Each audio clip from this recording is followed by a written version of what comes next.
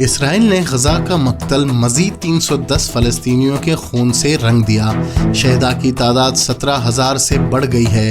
تفصیلات کے مطابق گزشتہ 24 گھنٹوں کے دوران اسرائیل نے غزہ کا مقتل مزید 310 فلسطینیوں کے خون سے رنگ دیا ہے، جس سے 7 اکتوبر سے شہداء کی مجموعی تعداد بڑھ کر 17,487 ہو گئی ہے۔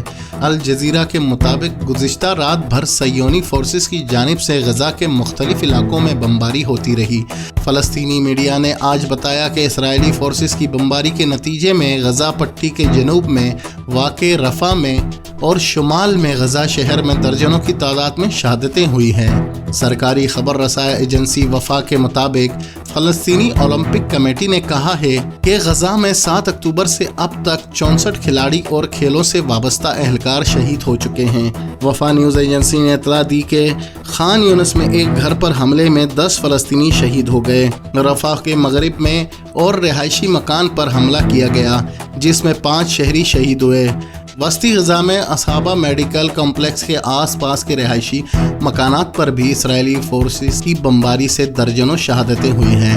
حملے کے علاقوں میں اسرائیلی ٹینکوں کی موجودگی کے باعث ریسکیو آپریشن اور ملبے کے نیچے دبی لاشوں کو نکالنا بھی مشکل ہو گیا ہے۔ حماس نے قرارداد ویٹو کرنے پر امریکہ کی شدید مذمت کی ہے۔ گزشتہ 2 ماہ سے جاری اسرائیلی فورسز کی غزہ میں وحشیانہ کارروائی روکنے میں عالمی برادری ناکام ثابت ہو رہی ہے۔ غزہ میں انسانی بحران شدت اختیار کرتا جا رہا ہے۔ کھانے پینے کی قلت کے باعث غزہ والوں کا جینا مشکل ہو گیا ہے۔ شدید سردی میں اسرائیلی بمباری سے ایک بار پھر لاکھوں افراد بے گھر ہو چکے ہیں اور خیموں میں رہنے والوں کے لیے حالات سخت کٹھن ہیں۔ پانی اور بجلی نہ ہونے سے مختلف بیماریاں پھیل رہی ہیں۔ غزہ کے ہسپتال زخمیوں سے بھرے ہیں۔